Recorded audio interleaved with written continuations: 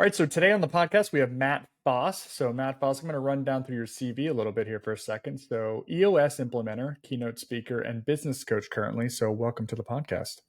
Hey, thanks, man. It's great to have. Thank you for So having me. yeah, no worries. Journey to EOS. So you've obviously had a diverse career up to this point. Business owner, CEO. Now you're moved on to certified EOS implementer. What made you choose the EOS or entrepreneurial operating system? I actually had to look that up There you before because go, man. everybody just refers it to EOS. So, what got you into that, and how has kind of that transformed the way you view business now? Yeah, it's so how I got into it is that prior to selling a business to private equity, I was in Vistage, a peer group here locally in Harrisburg. It's across the country, and somebody gave me the book Traction, and they just basically Mm, my Vistage chair, and he says, "Hey, Matt, you're a visionary. I don't know if you know what that is, but they don't do a very good job communicating on what the vision of the company is. You have a great one, but it's really hard to get the team, rowing in the same direction. Love to have you read this book." And I read the book, and it literally changed my life because I connected with so many different things in that book on areas that I can improve, areas that I am miscommunicating, areas that I didn't even know I had a problem in. And ultimately, it was kind of an aha moment. So then we implemented EOS. And with that, we had a profound amount of success. And it was just easier on me. And it was this system. I think every business owner knows how to run their business, but there's these little things that you read in business books and all that good stuff. And this just put it together really simply. So mm. used it, and then after kind of my stint with the private equity, I went out on my own, and instead of reinventing the wheel like most entrepreneurs did, I said, okay, here's a chance to just take the thing that worked really well for me and go out and share it with other business owners across the world. Hmm. Yeah, dude, I don't think I just recently walked down the eureka moment with books as well. And I know yours was quite a little bit ago, but like I'm not, I think everybody says they're not a huge reader until they're a huge reader and they realize how much it can actually change your view on the paradigm shift in your life. So yeah, I'm with you. It's crazy how much knowledge can switch your whole brain around. So You nuts. know what and you deal with this too. Like there's so much stuff going on in the day to day. Like I never had the time. I Mm, never made the time for clarity and to read a book. And I'll tell you, Audible changed my life, mm, obviously, because reading a book, like I couldn't comprehend as much because I had so many other thoughts in my brain. But it is, I think, when you actually take that time, disconnect and dive into a book, you just see so many things that in your life and your personal and business that these people write in a book, and you're like, oh, they've been there too. And as a business owner, you feel like you're on this journey by yourself, and a book always helps you realize that you're not. how helpful was Vistage to you? Whew. Vistage was incredible for me. One, I had a great Vistage chair. His name was John Dame, kind of like a father and ass kicker to me, Mm, held me unbelievably accountable. I had a whole bunch of guys, men and women, that were in my peer group that had been together for a long time. So I was kind of the younger generation with a lot of dumb questions that I knew I could ask them. And the true word accountability, everybody uses that word. Like in that group, I had one of the biggest like professional issues that I ever dealt with, and like broke down crying. And mm. because when I was embarrassed on what I did, it was hard to make that decision. It was hard to take action on the thing that I had to do. And this group of 12 people were there to support me through it. So it was amazing. I tell all of my clients and any business owner, you should have a coach, you should have a peer group. And that peer group is incredible because they're not trying to sell you anything. They're just trying to get you to avoid what they've already done. Mm, brilliant. Yeah, I'm with you there. I think it is it's a life-changing ability to not feel alone Yep. in some of these seats. That's good. Yep. So understanding EOS, for those who may not be familiar, because it is a pretty complicated kind of enterprise, can you kind of explain how EOS helps businesses achieve their goals, or what's like the kind of overarching philosophy? The overarching philosophy is truly, you look at the business and you want to get everybody on the same page, and we call it a vision. So whatever vision that is for the leadership, the ownership, the entrepreneur that started it, everybody has a vision of what the next 10 to 30 years looks like. The problem is how do you communicate it, and how do you actually communicate it in a way that people understand what they can do to execute to get to that long-term vision. So number one is vision. And the second part that we really work on is how do you execute. There's a lot of people that do a really good job of putting a strategy long-term or in 1 year, but how do you really execute on it? How do you get all those people, and it doesn't matter if it's 10 people in your business or 1,000, how do you get those people doing the things you need to execute? So that's kind of the second part. And the third and biggest part that I love the most is getting a healthy, candid, most important word, vulnerable team that can have like two rams just going at each other. And it's ultimately because it's what's best for the business and it's never personal. And when you can have that ability to have these conversations in normal life that are really hard to have, or you feel like you might hurt somebody's feelings, and you're really healthy, you're really vulnerable, and you're really candid, like all that stuff goes away, and you just get shit done. Like you literally end up conquering the world because you're just open and honest and candid, and you have a clear vision and you know what you got to execute on. So that's really, those three things are what I focus the most. And when people really buy into what they're doing in EOS, that's where they succeed so much. Is the third one the hardest? Ooh, for me or for the team? For the team. Do you run across the third one being the hardest for most of the teams you help? Um, no, Mm, because this is why I say that is they can't get actual great execution without being vulnerable, honest, and candid with each other. fair. They will build a great strategy, and they'll get there. They'll chunk some off, but they're not executing at that like highest level possible. So I really believe you have to have the health, and then you have that execution piece. Hmm. Gotcha. Okay. So challenges as a leader, you've mentioned experience the highs, the lows. You're good.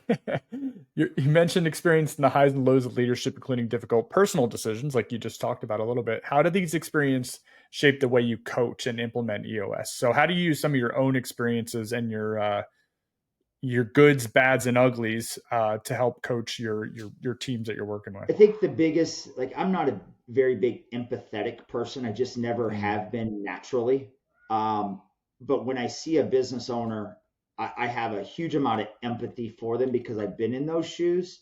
And when they struggle to communicate, or they struggle to get out what they're trying to say, or they say something and that's not really what they meant. So I think having the empathy side of it is huge for me, on how I work with my clients. And then the other is truly pushing them.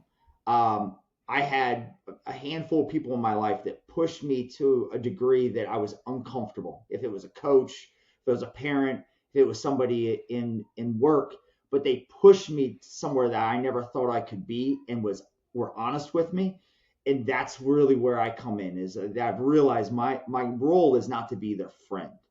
I'm mm, going to be friends with that leadership team and that owner, because I tell them exactly what they need to hear, not what they want to hear. And I always say that I'm kind of on the verge of always getting fired, but I always wanted somebody that would tell me what I needed to hear, not what I wanted to hear, to be kind of a yes man. So I'd say those two things: the empathy that I bring in for any business, any situation, and then that ability to really push a leader the way a leader should be pushed. Do you struggle managing that line to almost getting fired? Because I feel like I know exactly what you're saying, because AR does the same thing for me, but never to the point where I know she's that hard.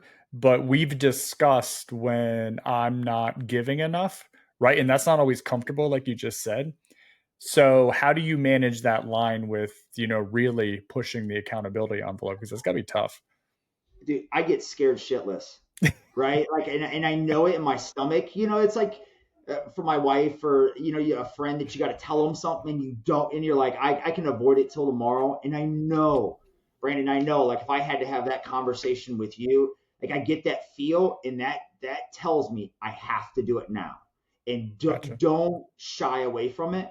So I just, it's never easy, but I know when I get that feeling, I have to think about what I'm gonna say, so it doesn't feel like I'm uh, being too brash or being too hard. But ultimately, I have to deliver the message, and and that feeling in your stomach, that fear pulls you away from the things that you should do, and that's where I go straight into the fire. Did you learn that skill or did you have to learn? Did you know that skill or did you have to learn that skill in this new role? Wow, nobody has ever asked me that question. So my dad, me and my dad didn't have the greatest relationship. Mm, He was a great business guy, but he always taught me, if you can stand up to me, you can negotiate with me, and you can get me to listen to what you're trying to say, you can get anybody in the world. And he used to always use the president, right? mm, And I took that with me, of the case that, like, if I can have this conversation with my dad, this hard one, I can have it with anybody. And then the learning part was, I think, through sports. It was truly that knockdown, get up. It was, I talked to my coaches when I thought I deserved to play, or something happened. It wasn't my parents. So I think that was a learned skill that I got a mm. lot of respect. Didn't mean I always got to play or didn't get my way, but I always voiced it. And every coach I ever said, ever had, always came back and said, you know what? You dealt with this as a adult and as a man, rather than have your parents call or deal with it. So I think it was both, a little bit of innately my dad taught me Yeah. some of it, and then learning through the sports world. Do you think it evolved from when you were a CEO to what you're in now in coaching more side of it? Yes, yes, because I see, now probably going on 100 businesses, and I Mm, see the problems and how they're so similar. And when you're the CEO, it's just what I had was 150 problems, and those were my people. And I didn't compartmentalize it. I just looked at it all, and it was this rush of just problem after problem after problem. And what I didn't see was, with all those problems, there were so many positives. Gap into Gain is a huge book that I love. I mm. always looked as a CEO, the gap, that the part that we didn't get versus the gain that we really did gain, and how we improved. So absolutely, I'm a better coach, leader, and I think more patient person as I am today than I was as a CEO, for sure. How hard was it to go from a CEO role, and I don't really know how to say this the right way, so I'm just going to say it, where people, one, you make decisions for the company and you have the best interest and you feel like you have a decent sized voice.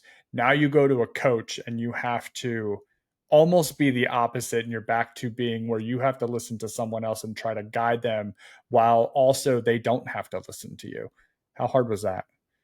Brandon, I'm telling you that, like, this is a podcast, dude. Great question. Usually it's just the rinse and repeat stuff.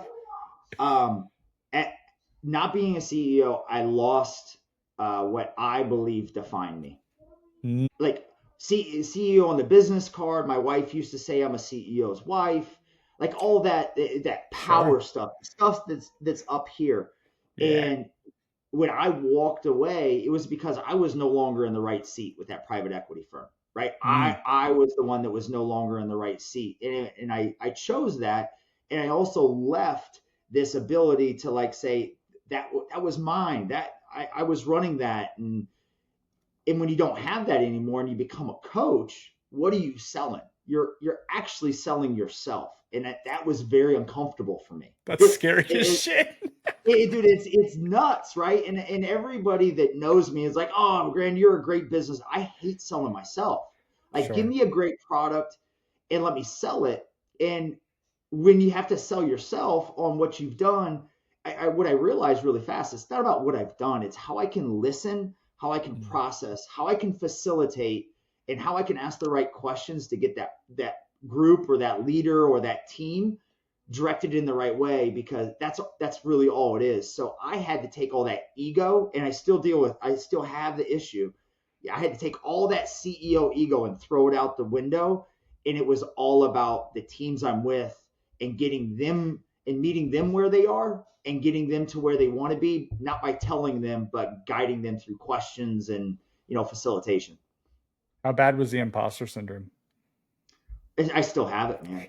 I Dude, literally, yeah, same. We all do. I still have it. I have to, like, I've got a scorecard for myself that I go over with my assistant on a weekly basis. Like, in business development, I have to make 20 phone calls a week. It is the thing I hate to do, right? Yeah. And I wasn't working today. I was in the office. I made those 20 phone calls. I fucking felt great after I got it done, right? It's like I just ran like, a 4-minute mile. I still have this imposter syndrome. And I learned this Yeah. from one of my clients is if you have imposter syndrome, it's because you don't know the product that you're selling. You Ooh. don't believe in the product that you're selling, or you believe that you're either getting in the way or you're bothering the individual. I believe in the product. I know the product that I have. It's that I feel like I'm bothering Brandon by picking up the phone. And I got to tell myself, I got to talk to that voice and say, I'm going to pick up this phone and call Brandon because I know I can help him. And if he doesn't need my help, that's okay. But I know I can help him. And that gets me Mm. past that voice, that imposter saying, don't do it. They might say no. I don't know if I've ever heard that advice on that side of that, but that makes a lot of sense because you're just second guessing whatever portion that you're afraid of, right? Or that you don't think like mine's big because I fell into my role, right? I didn't start it from zero. I took it over because of a life situation. So that was always mine one. But like the other piece of that is okay, you're not even looking at all the good things you're trying to do or you are doing, right? You're just focusing on the bullshit. Oh, that's good. That's good. You know what's Okay. wild with that is like for and everybody should admit that you have imposter syndrome. But then what's the brutal part for all of you out there that are not business owners, like it's the business owner has that same imposter syndrome and then has to work with the rest of his team on their imposter syndrome. It is just this evolution, and that's where the candidness and the honesty and the vulnerability to actually say, hey, I've got this problem where I'm scared to do this, where you can actually lead your people. Tough being in your role, Brandon. Well, I'm not a business owner, but I totally understand what you're saying on that side of it because obviously being family, right? I get to see both sides of that. Yeah. So, yeah, okay. All right. You've talked about the importance of having tough conversations. We talked about that quite a bit with skill and grace, which is something we're all learning to be better at. Can you share some strategies that people can use right now listening to navigate these really difficult decisions you talked about earlier where you got to lean in, you get that horrible stomach feeling? What are strategies that you use to say, okay, I got to make sure this goes well? A couple of them you said was like you almost have a pre-conversation with yourself before you get Yeah. into that. What are some of the other ones you use? Um, so I kind of use these. Number one, I say stay curious. And that in my mind gets me to ask questions rather than make statements. So Woo! right? I tell myself stay curious because ultimately they'll either go off or they'll start talking and I'm like, no, no, do this, and you lose it. So if I just stay curious and ask the question, like they'll lead me. I'll lead the horse to the water at some Sure. point. So that's number one. Uh, Number two, if they get off subject for whatever reason, I pull them back. Okay, yeah, I get that's important, but let's talk about this because what happens is teams start, they have like 4 or 5 issues that they bundle all together, and we can't really figure out what the real issue is. So if they Mhm. state that that's the issue, and they go to something else, I go, well, is that the issue or what we were talking about? And you pull them back. I learned that with my mom. My mom's like one of those squirrels. Like it's like, whoa, mom, like, are you talking about the garage door, or are you talking about taking the dogs to the vet? Like, which one are we talking about here? Uh, and then I would say the last one is when working with the teams and trying to get something out. If there's a dominant person in the room, and usually it's the owner, and you're not getting all the voices, I always make sure everybody's voice is heard if they have something to say. So when they do make a statement, I'll go, well, is that what you think or is that what you know? And then, Mm. okay, that's what I think. And then it helps me kind of understand, okay, this is their opinion. It's not a fact. So if we're going off opinions, I'm going to take the owner's opinion. If you've got a fact, bring a fact, because that could change the decision on the path that we move forward. So those are kind of the three things I do. That was a very good. Brings up another question for me. How ignorant are teams, managers, business owners, executives at running meetings? Terrible. Yeah. Terrible. I don't think people realize, and I literally slam my fist at this all the time. I don't think people realize how facilitating a bad meeting, how debilitating that could be to your team.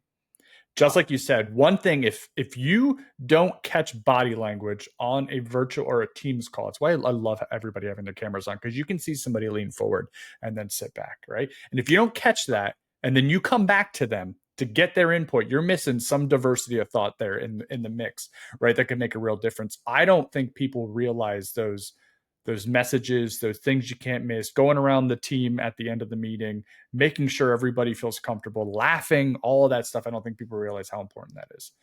yeah. It's they're terrible, right? It's because it's like they come in, they have a mission, goal, and purpose, and the meeting is because you're in business school or somebody said you have to have a weekly meeting to be able to cut down on all the other meetings. And what they do is they come in, and whoever's running the meeting just is there to pontificate whatever they want to get out. That's it. Mm, They like, I've got this agenda and this is what I want you to know. This is where we're going. You sit there and you listen to me, right? yes. And it's not like, I've never used this analogy, but it just came like the president of the United States is the most powerful person in the world. And they walk into a room and they're debriefed by the smartest people on their staff, Mm, and they get the information. Where in a business, the CEO, the matriarch, the walks in, they're supposed to be the smartest one, all the power. Guess who talks? Them. And it's like, what the hell are these other people doing, and why don't they have a voice? And so that's the first thing, is you have a room that you have to have input. Like, you have to be engaged, because if you're not engaged, you don't deserve to be at the table. That's that mm, in a meeting. And then the other is having a good agenda. So you understand what's going on good in their life, what's going on good in the business, so we can look at that gain mentality rather than the gap mentality. And then we go over factual things like scorecards, KPIs, whatever you want to call them. Then we go over our goals. We review kind of what our yearly thing is. And then we dive into issues and we just try to stick to one issue. And there's got to be that person. It's usually an operations person or a finance person that when you go into an issue and you move to the next, they want to know, how are we going to execute on it? So they go, no, no, no, no, no, whoa, whoa. Did we solve that? And what you'll realize, you go through a meeting and you never really solve anything. You just talk through it. So I think that yeah. alone, if people could get better at solving issues in the meeting rather than talking about it and then walking out and going, hey, what are we going to do about that? They're like, oh, we'll talk about it next week. And it's just, it's No, still there. it's still there. Yeah, And that's then you get your leadership team that's frustrated that you're having these leadership team meetings. You're like, we don't get anything done. But when you end up getting things done, people can't wait to get to them, because that's when they're going to talk about things, solve things, and they feel like they're on this team, that they're having fun arguing and debating and what's best. And it's like, man, I'm coming to work and I'm ready to rock and roll. total off topic question here, but it's because I sit on a very different philosophy. But obviously, Elon's approach to meetings has come up a lot in like the last few years, where he feels less is the ultimate. No one, meetings should be short, sweet, should be very few, and there should be very few people in them. What is your Yep. philosophy for meetings and involvement? So I love Elon's approach, to a lot of things, and there's other things that I disagree with. I believe the businesses that I'm working with aren't at that level of consistency all the way down from CEO to the intern engineer. Yep. So it's not that the expectations should be lower in our businesses, but the experience, maybe the education, maybe the breadth of understanding the product that we're working on isn't at Mm. that level. So we've got to be able to let people learn, make mistakes, and then talk about those in the meetings. So whatever it takes to let people know it's a safe space that you can make a mistake, say something dumb, but let's just not say and make the same mistake or say the same dumb thing two times, right? Where Yeah. I think Elon's, it's like, what's the answer? You don't have the answer for me. You're gone. That just puts a lot of pressure onto I would say the world that I live in.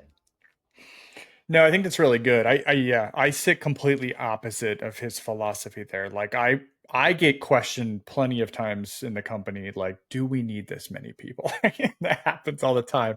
The one thing I would say is I don't think we do a very good job teaching the non-tangibles of meetings in the sense of when not to talk over people, when to talk, what does virtual look like? Does it look different in person? When should I just sit there and not say anything when a customer's screaming at us about something, right? Some of it Yep. is because I remember one of the most impactful meetings I've ever went to is I flew down to Texas in my previous job, and the president of the company who invited me to that meeting said, "You are not going to say anything. You are just going to sit there and watch us get our ass kicked." And I was like, okay. And guess what? It was one of the most memorable situations I've ever been in to know that the things that were being said weren't exactly accurate. I could not defend ourselves. I had some of those answers, but I was not allowed to speak. I just had to understand the situation and sometimes what we have to go through. And once you go through one of them, you realize, like, okay, I could probably go through more of these. Like, it's fine. Yep. This Yep. wasn't that horrible. So, Well, those and you didn't go non-tangibles, I into that don't think like we trying to teach. defend yourself either, Say right? again. Like you didn't go into it trying to defend yourself. You No. were just there to listen, and like Yeah. how much more did you learn, right? Oh, yes. But we don't give people that opportunity if we don't bring them into the fold. You know Yep. what I mean? I don't think our frontline supervisors, that's why we have them in a lot of meetings, is because then when they turn into, or they have to be in a meeting with a customer, or they turn into PMs, they already have that experience. Meetings aren't Yep. something they have to learn on the fly, right? They're learning, like, you don't talk over, you don't bring emotion, you go for a win-win. It's got to be a 50-50, right? You got to have to eat some of the stuff from the customer. Like if you don't let people into that, I don't think they learn early enough. And then you let them in front of the customer by themselves. And then it's usually a disaster. And you're But going like this. I hope, right? I hope. I have so my philosophy on getting it down through an organization is very much the leaders have to learn how to lead and manage their mm, people, right? And if they don't, we've got a problem. And then we got to deal with that problem first. And then those leaders have to go down into the sales, to the operations, to the manufacturing, to the, supply chain, whatever it is, and then teach their people how they do it at the leadership level. And then those people then teach the front line or but it's a approach that you actually go down and you're teaching what you just learned within your team, because what I find is you bring somebody all the way up to a larger meeting and it's dysfunctional. The leadership team is dysfunctional. Then they go, yeah. "Ooh, that's the right way to do it."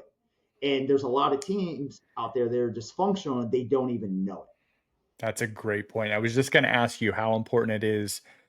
It's so funny you say that because I can see a major difference when frontline supervisors are in a manager dominant meeting and they watch how we can joke, we can interact, we can be friendly. And then when it's game time, we get down to facts, we hold each other accountable. And it's like, oh my gosh, we can have both of these in the same. And then you can see them learn that and utilize that in the next. But you're right. If you're teaching the wrong thing, that is a dangerous game. I didn't think It about is. that side.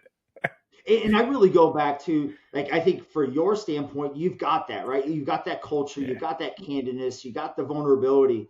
But those teams out there that don't have it and they think they do, and they bring that new Mm. person in front line and said, "Hey, I want to give you an opportunity to be in the big bad leadership meeting." And they come in and they're like, no, so and so's not talking. So and so said something offended, and they're sitting there doing this, and they go, "Okay, well, that's what's driving is the culture and the presentation that they're seeing in that room." Yeah, that's a really good point. Yeah, I never, I didn't. I had got to experience those types of meetings when I was out in the field, but not with my company. Like when we had company meetings, like I saw what good looked like, right? So I learned that. It's Yeah. interesting though. Construction is construction, and it'll be that way till we stop being that way. But I remember being in meetings where grown men were screaming at each other, and I was like, this can't be right.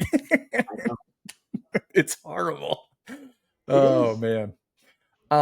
Can you share a success story with EOS that you saw major growth or major impact from implementing some of the things that you're doing right now? Yeah. So a company that's when I started with them, probably 40 million. So a good sized company. Yeah. And they had at the time operations, finance, sales. In our world, we call it an integrator, and then the visionary. And they also had a marketing person. And I walked into a meeting, and we just weren't. They were doing really well. Coming out of COVID, they kind of had a somewhat COVID product, but not really. But they'd seen, a bit of a hockey stick, and the operational person just was not executing. It had Mm. been 2 quarters not executing. And for me, I always look at structure first. Let's look at the business structure, nobody's name, nothing. Like, what is the right structure for our organization, and what do each one of those seats have to do? Not what Matt's good at, or Sam's good at, or Brandon's good at. What do we need that seat to do? And I asked the operations person. I said, "Do you understand what this seat takes to be successful?" I do. Okay, tell me. We walk through it, and this is his entire leadership team sitting there, and I go, "All right, so why aren't you getting it done?" Silence, right? Silence. Mm. Let him think about it. And I was uncomfortable. And he goes, "Well," and he kind of went back and forth. And I looked at him. I said, "Do you really want this seat?" He goes, "I do." I go, "Do you really want it?" He goes, "I do." I go, "Okay, I don't believe that, but that's fine." The CEO looks at me like, "Matt, you're about to Where are get we fired." going? Yep, you're about to get fired. That is my COO. What are you doing? I said, "All right, let's go on a break." He comes back from the break, and he walks up to me. He goes, "Hey, can we start that conversation over again? I'd like to." I go, "Okay." Start over again. I said, "Hey, I want to reconfirm. Do you want that seat?" And he goes, "I want it. I really want it, but I'm not the best one for it. This business has Ooh. grown to a point that seat has outgrown me, and I want it. I want it really bad, but I know that I'm putting this business and hindering where we could be. But I do like this seat over here that we talked about structure wise, and I could kill that. That company has done this on Mm. an operational standpoint and a sales standpoint, and he is in a seat that he is absolutely enjoying, killing, and being a huge part of their growth. And they just brought in somebody else that was better suited for that particular seat.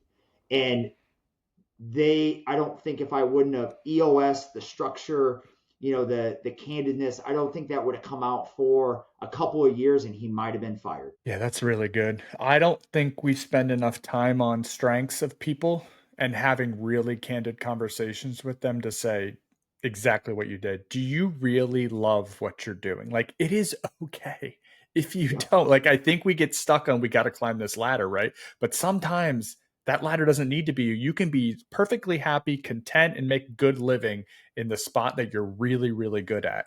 And I think we constantly push this ladder mentality, and I don't think it's right in every scenario. If you're happy with what you're doing every day when you're coming in and you're making, the wage that you're looking for, then what else is there if you're happy? I think it's a mentality that we have bred into our into business alone, is that Mm. you can't go to your boss, regardless what role you're in, and say, "Man, I don't enjoy this." Because Ooh. you always feel like you have to say, "Yep, I'll do it. Yes, I'll do more. I'll do more. I'll do more." And what is true is, when you walk in the door and you love what you do, like you doing this podcast, like you love it, you can tell, like you watch you and you just like it, you're in your zone.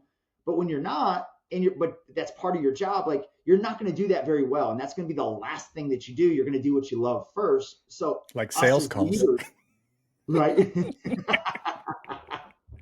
Us as leaders, that's our job, right? It's our job Yeah. to make people feel safe enough that they can come and say, "Matt, Like I love working here. There's nothing else. I'm no other place I'd like to work, but I freaking hate this part of my job. Okay, great. Let's talk through that. What do you love Yeah. about your job? Okay, I like these things. It doesn't mean they can pick pieces that are easy and hard, but let's get them in the right area where we can really delegate the things that they don't like and elevate them to do the things they love, like superior. And that's what builds a great business. It really does.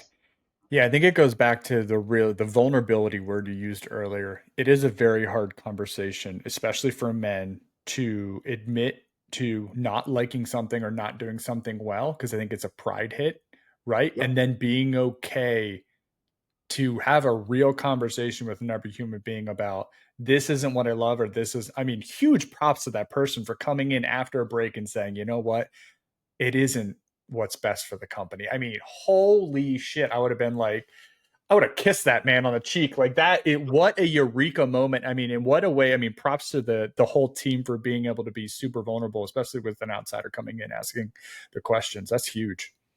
Yeah. In on the flip side, instead of us putting our owner hat on or leader hat on, think about the person that comes in and I say, "Hey Brandon, like I love working here, but like I don't this job, like there's a parts of this job that just they wear me out and I don't like them." And you go, "Tough shit, like that's your job." Guess what? That might not be the company for me, and that's okay, right? Yeah, Like I think that is great point. okay, and that employees shouldn't be fearful that they voice that. That's just not the company for them, and the fear of jumping off the ledge and going somewhere else. And if you're watching this and that's happened to you, jump off that ledge because somebody else is going to see the things that you do great and they're going to let you do those all the time, and you're going to flourish and have a unbelievable career in life. Yeah, I don't know how many stories I have where we had employees who moved departments or moved from the shop to the field or the field to the shop, or we just moved options or a different group and have found success stories because they just didn't fit, like you said, weren't in the right space. Whether they were in the shop, just they're not a rules person, right? They want to fly. They're a wild stallion. They're a Mustang. They want to run. So we get them to the field. You know how it is. They run. They have a great time. They're their own boss for 12 months out of the year. And, they just become an incredible employee. So I would say for those people who say just do your job, like you should be asking and being more curious and asking more questions around that. Yeah, Or you're going to have an attrition problem. you will. Yep. What do you, so this is always a contentious one for me. And because you've been in kind of the construction industry, how do you feel about having partners and then those employees maybe applying to your company or applying to another company? What's your views on that whole thing? Like, do you feel like companies should let each other know, or I don't know, where do you stand on? Do you know what I'm asking, first of all? So if you had an employee, we were in the same business, and they came to me and said, "Matt, hey, I'm working for Brandon's company here. I'd love to come work for you." Yes, correct. Where do you sit on what leaders do at that point? I think it all comes down. Integrity is a big word to be able to Mm, put at this, but there is a point in time that if winning is stealing people, or winning is calling somebody and saying, "Hey, I had this person. I'm going to do just like I would do in any other interview. I'm going to ask you how they are and what they are, and please don't hold it against them." Right. And then I'd also, for me, I would tell the person, I'm going to reach out to them.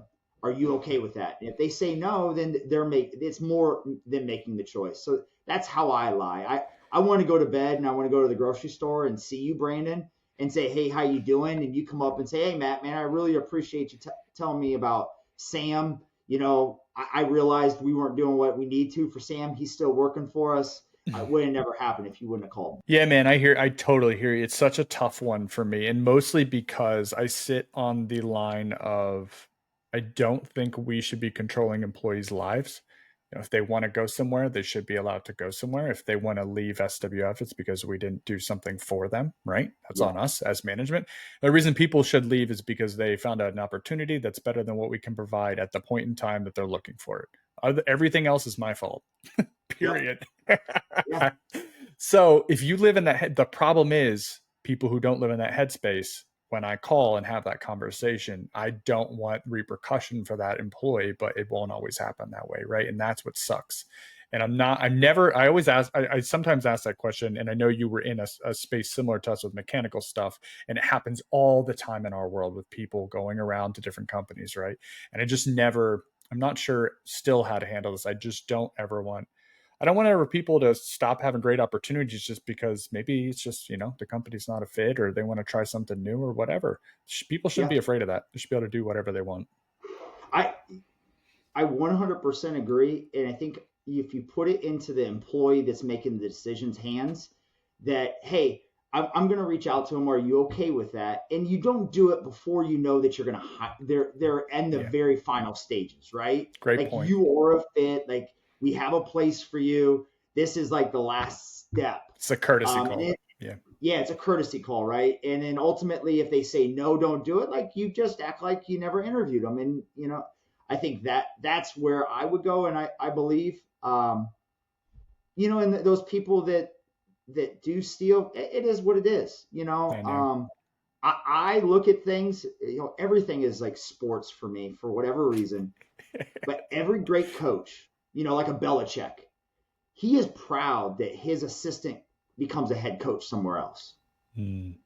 The problem that owners, leaders have is they haven't built up their bench for another leader to come in. They've relied on that one leader, so then there's a hole, and that leader can't go do their passion and take that next massive step to become a CEO of another team. You try to leverage them to keep them, caged in yours because you haven't done your job on getting others to move up. That's really good. So single point of failures in your company, if you see those, you got a problem. You got a problem. And like any football team, who's your football team? I watch soccer, not football, but So soccer, right? The real yeah. football, right? That soccer, if you had an assistant coach that was a study and went somewhere else, and then they just Yes. they didn't like they just that was open forever. Like whose fault is that? As a fan, you're looking at the coach and the GM Yes. going, what kind of business are you running? And they don't do that for business owners on a regular basis. Hold them accountable to make sure it doesn't matter if somebody gets hit by a bus, takes another job or wins the lottery. There's always somebody up, on deck box. Yeah, that's really good. I don't think I've thought of it that way. I also think there's a piece of it that is a personal hurt for some Yep. people. Like, they take it on the chin as you don't want to work for me. And that's something I did wrong, where sometimes it's just life, right? It just Yes, it is. happens. Personal. Yeah, yeah, Take it exactly. personal. That's it.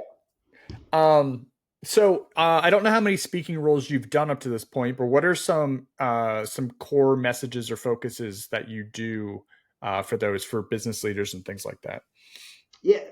Speaking wise, I do kind of a plethora. EOS, I really focus on. So we have 6 key components, which is the vision, getting a clear vision strategy with people. How do you get the right people in the right seats? And we just talked a lot about that. Data, like how do we look Mm, at data to make decisions rather than, assumptions or somebody's thoughts and perspective, true data. And how are we tracking data on a weekly basis to make sure we know everybody's doing what they need to do, right? I think in your world and in the manufacturing, it's QC, right? Like that ability to have QC after every stage, every project, like that's a KPI. We're checking to make sure we're doing what we expect. Where if you're in, the finance or the sales department, is there that QC? Is there that data point that we're yeah. saying, yes, they've done everything they need to do to have success?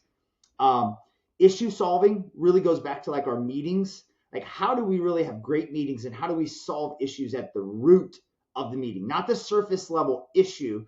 Because if you have an issue that keeps coming back over and over and over again, like you haven't gotten to the root of the problem to solve it. You're just solving the surface level.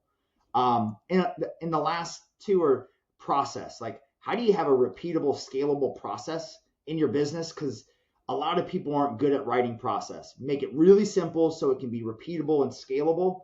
And the last is sales, which I love sales because so many salespeople are like me. Like I talk and I talk and I talk and I talk, and I'm not curious. The people that are really curious, that ask really good questions, get down to the pain point really fast. They can Mm, solve the pain point and they're going to win the deal regardless of the price point because they know exactly what the pain is and they can focus on that for the client. mm. Yeah, that's good. So I those are know. kind of like, and I'll break them out. Like I'll do workshops. I'll do like a large speaking event where it's a couple hours. Like it all really is different. And also for my clients, I'll come in and do workshops. So I love the speaking. I love being up in the front of a room and getting a lot of energy and getting interaction and seeing people's heads kind of nod and going, oh yeah, I need to do that. It's fun. How do you tailor your approach for different audiences? Do you have a specific, like, do you have a prep for that? This is more of a curious question just because I don't know how the whole speaking world works. Whew. I Gary Vanderchuck, I love because he's natural, right? He's a baller, And yeah, I authentic. he's a, like and he's just him. He wakes up and he is him. And when you see him, he is just him, regardless if you like him or not, right? You have to respect that.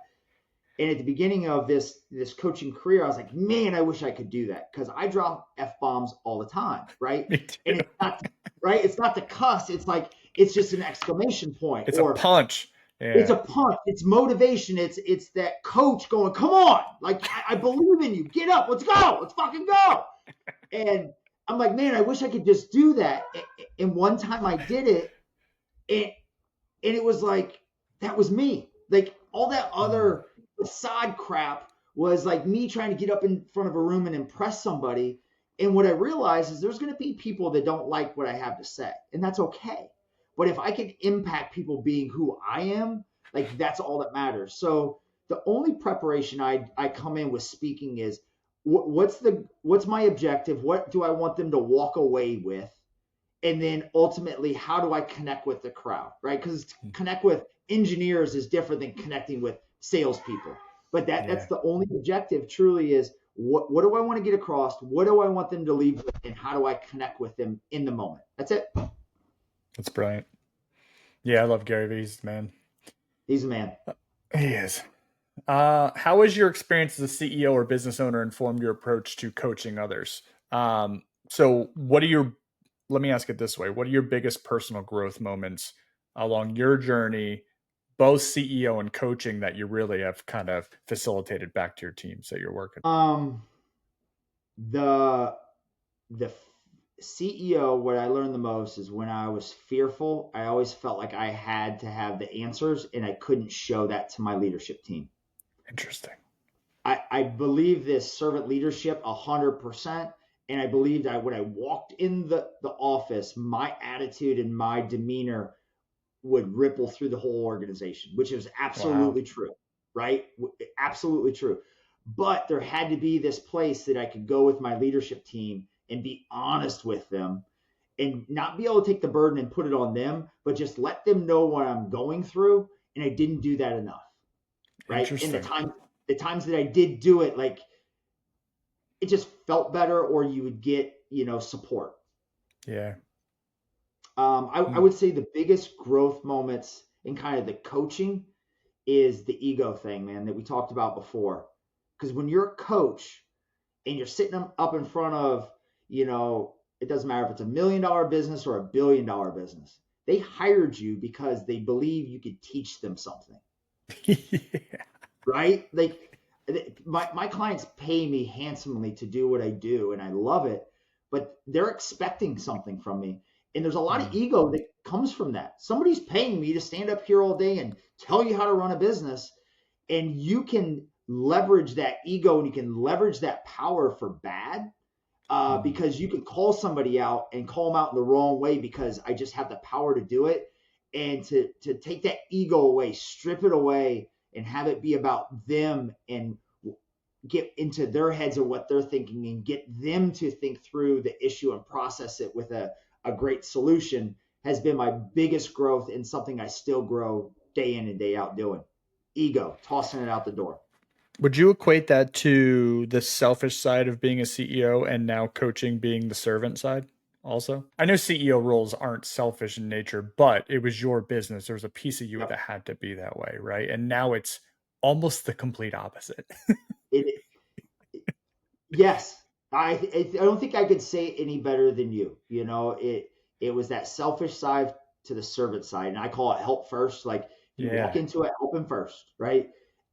The best things in the world are going to come to you. Yeah, man, I can't. That is such a crazy evolution for a profession.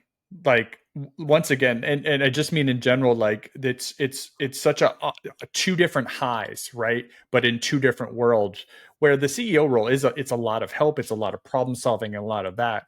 But it's like you said, it's like scattershot, right? It's almost shotgun like, where Yep. now you're almost like sniping at specific problems all the time, and you got to be accurate. And guess what? They are paying you to be accurate and right all the Yes. time. You, Yeah, so that's the thing interesting. with when you're saying that, I'm thinking about like I don't know if your grandmother or grandfather, like you'd sit down and you ask them a question, and they could just be like, "Poof," and you're like, "Holy, how, like where did that come from?" Like that's genius. Yeah, There's not as much pressure in my seat now as a coach, yeah. right? So I'm not all uptight when somebody asks me a question because I'm balancing all these different factors where I was as a CEO.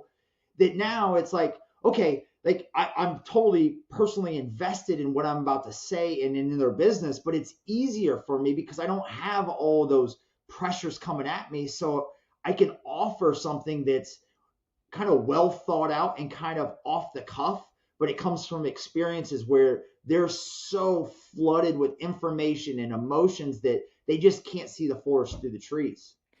Isn't that the definition of people saying you need to be on the business instead of in the business? Yes. And that's why I say every CEO needs a peer group and a coach, Yes. right? Coach to push them really hard and to kind of get intimate for their personal, their professional lives, and that peer group that they understand either that person has already gone through it or is going to go through it sometime. And you can share those things and you're not sitting on that island by yourself. Yeah, and it keeps you out and on instead Yep. of in and digging, right? Just like you Yep. said, like you got to see those two different worlds and how it looks like being in it too much, too deep, and just buried, right? And then the peer group kept pulling you out of that, and your coach kept pulling you out. Now you get to be over 30,000 feet, saying, "Okay, everybody, calm down. Like we're good. It's okay." Yep. Yeah, that's brilliant. And I would have never thought I would ever say this, but I was always that guy like, I'm going to pick up the trash. I'm going to sweep the parking lot, right? I'm going to unclog the toilet. I'm not too good not to do that now, but I tell my CEOs, you don't do that. That's not where Mm, the value is you're driving in the company. It doesn't mean that you don't care and willing to do anything. You are willing, but don't do that. You know, like your value is up here, not in the weeds, like you just said. And getting that through this, especially in the construction world, that very hard, yep. work ethic that Grind. when they Yep. realize when they're on it, they're so much more valuable to the entire organization rather than being in it. Yeah. Yeah, it's good. How important is positivity to you? It is the thing that I believe that I bring positivity to teams and even the belief. I just did, I don't know if it's a podcast or somebody asked me a question. I played for Indiana University football. Like we lost all the fucking time, Brandon, like all the time.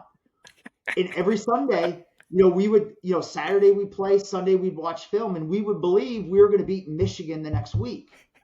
And it's that power of positivity that you'll do it, the affirmations, all this stuff that people think is cuckoo. Like the positivity is huge. My problem personally is I'm not as positive internally as I am externally to other people.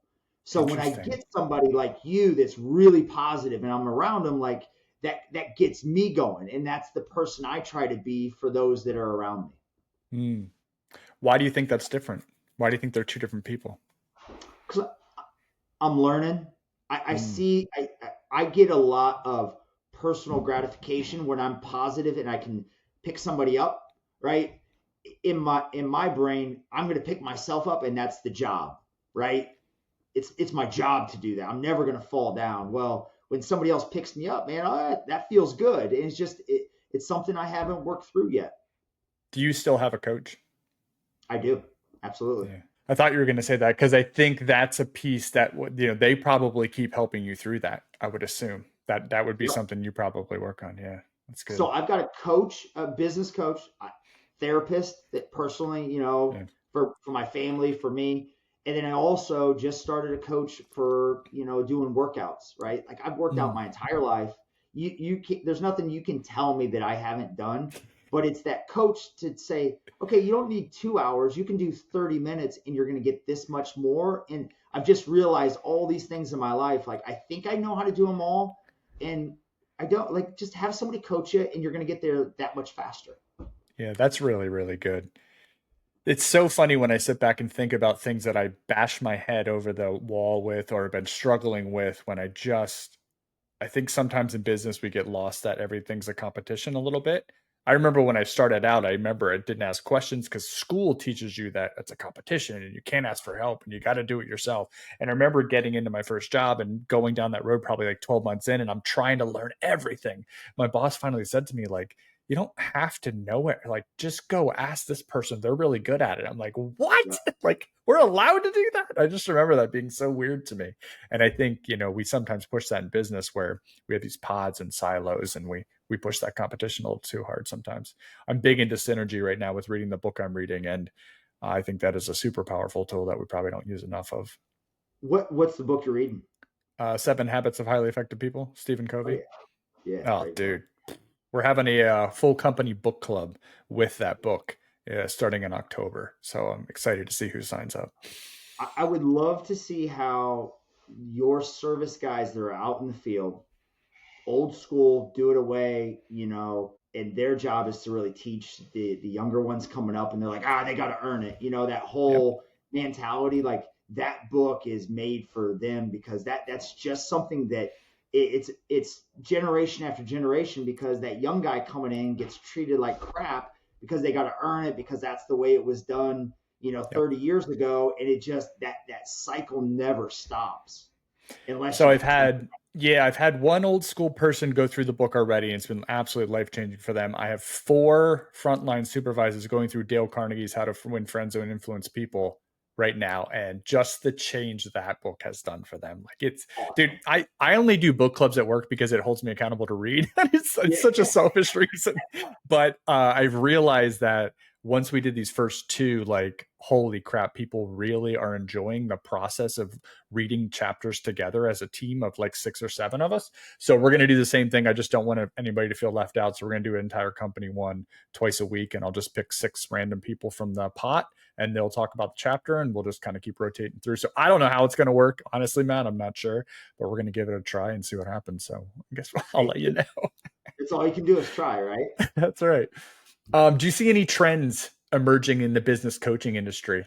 Anything changing? Any adaptations coming? Younger leaders, maybe. Yeah, I think the ability to communicate with younger leaders Mm, is huge. And I also believe private equity has just gobbled up so many businesses. great point. And like private equity is what it is. It's great for some, it's not great for others. There are a million different private equity firms out there, but a lot of them are run by business school individuals. They have never run a business. If they And figure out culture, Matt. no, like that's the thing. And all of a sudden, then you're getting pushed down. And I think that is where the coaching really comes is how do you coach the private equity, super smart, super like data driven, and then get the breath for these CEOs to be able to really run a great cultural value based company that's going to Yeah. drive tremendous value along with all that data driven. This is what we've got to do. Like I love that space. Um, and I think on the negative side on the coaching, everybody thinks they can be a coach. Ooh, love it. And I'm not saying I'm the best, right? Like I Oh, am getting better and better every I think day, it's a but true statement. yeah, everybody thinks that they can be a coach, and it's not about. It just goes back to it's not telling people what to do. It's being able to coach them to figure out how to do it. It's you teach a man how to fish, not give him a fish. And there's so many coaches out there that want to just this is what you do. Hey, this is how you do this. This is how you do that. And it's like that is 5 minutes of fame. And what it does, it gives a very bad reputation for coaches that are really in the businesses, invested, compared to just trying to get paid and being consultative to get paid and then to walk away. I think what you said earlier about some of the best moments you've had is when you thought you were going to get fired tells you everything about what good coaching looks like, right? It is Yeah. leaning into discomfort all over the place if you really want to do it well and care. And I think caring's the big piece, right? You have to be super empathetic for everything everybody else is going through. Yeah, it's good. Okay, aspiring entrepreneurs. They're starting out their journey. They're about to start something new. What tips would you give them? Give me 3. Small company, you're starting off, you're doing everything. Realize what you love to do Ooh. and what are the things that you hate. And as fast as you can afford to offload those, do it. That's brilliant. That's so good. Right? Because you're tight on cash and you're like, oh, I can do the finances. Well, if you're not a finance person, you don't really get it. Like, you can find somebody that can help you on that side. So I think that's number one. Um, I think number 2 is don't do the, I was always taught like the 1 year strategy. Throw that BHAG, that big, hairy, audacious goal out there. If it's 3, 10, 20, 30 years, whatever it is, throw it out there and write it down and commit to it. Because if you do that, that's the scary part, because you have no clue how the fuck to get there, right? Yeah. No clue. But year after year after year, you'll figure it out. But if you just live year to year, all you're going to do is figure out that 12 months and you're going to see that success, but it's not going to be anywhere close to incrementally if you throw out that big intangible that you had no clue how to get there. And that's what Elon does really well, right? Like, we're going to inhabit Mars. How are we going to do that? I don't know, but they're going to figure it out. Yeah, he says anything can be learned, which is also insane, but he's probably Yeah. right. Yeah. And then I would say the third one is, as an owner, you have to understand your numbers. Like, you got to understand the financials. You don't have to be the one that deals with it, but every great owner understands where their money's going and what they need money for. Because if they don't, they're driving a rudderless ship, and they can work their butt off and have the greatest product in the world. But if the boat's leaking, like, at the end of the day, it's going to sink. Yeah, that's really good. Matt Foss, you go back in time and you talk to 25-year-old Matt Foss. What 3 advice tips are you giving that person? The one you brought up, number 1, it's not dumb to ask questions. Ask more questions. Don't do it on your own. That's number 1. I would have been more respectful. Ooh. Yeah. Tell me about that. What do you mean? A lot of my success was bridged on hard work and a little bit of arrogance. And I think throughout my life, I haven't valued all relationships the way I should have. So I should have been more respectful of that. And it's kind of that mentality is that when I walk into the grocery store, I want somebody to say hi to me regardless of our relationship, rather than walk the other way.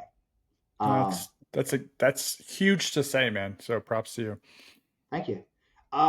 The last one would be invest in Bitcoin when it comes out. I don't know. Like, if I'm Marty McFly, maybe that's what I'm doing. You're going the Biff route.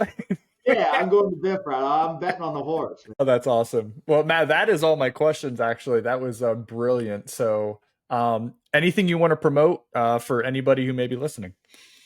Yeah, if you're a business owner, get a coach, get a peer group. And that peer group doesn't have to be anything you pay for. You can bring 5 people together. Good one. If there's anything, you have questions on EOS, I'd love to be able to answer any of that stuff. And if you're watching this and you're not the owner of the business, you're the head of sales or CFO or operations, and there's a health issue, or your meetings suck, or there's not a clear vision, like, that's something that, give me a call, or give the book Traction to your owner, and maybe the light bulb goes off like it did for me, that they read it and they realize that they're doing these things that they don't even know. Because leaders do things that they think are right. They don't do things on purpose the wrong way. So when they get educated to a certain degree, it'll help you as a leader, it'll help the owner, and ultimately it'll help the organization. No, that's really good. We're all just ignorant, right, to a certain point or to a certain something until we're not. And that's what we're all fighting for and striving for. So, where can people find you, Matt? What's the best way to get a hold of you? So if you go to my website, which is mattfoss.com, MATTFOS, FOSS. yep, FOSS.com. The brand new website. I'm doing some branding, Beautiful. but everything that I do from speaking to coaching to EOS is there. And then my email is matt@mattfoss.com. Beautiful, man. Well, thank you for coming on. This was brilliant. It was a blast, man. You had like 5 killer questions I have never gotten. It's Brandon, you're good at this, man, for sure. Thank you very much. That is my goal every time is for someone to go, I just want one of those, really one, like I just want one. And luckily I got a couple on that. So thank you for coming on, Matt Foss. This was absolutely brilliant. And everyone listening, we'll catch you on the next one.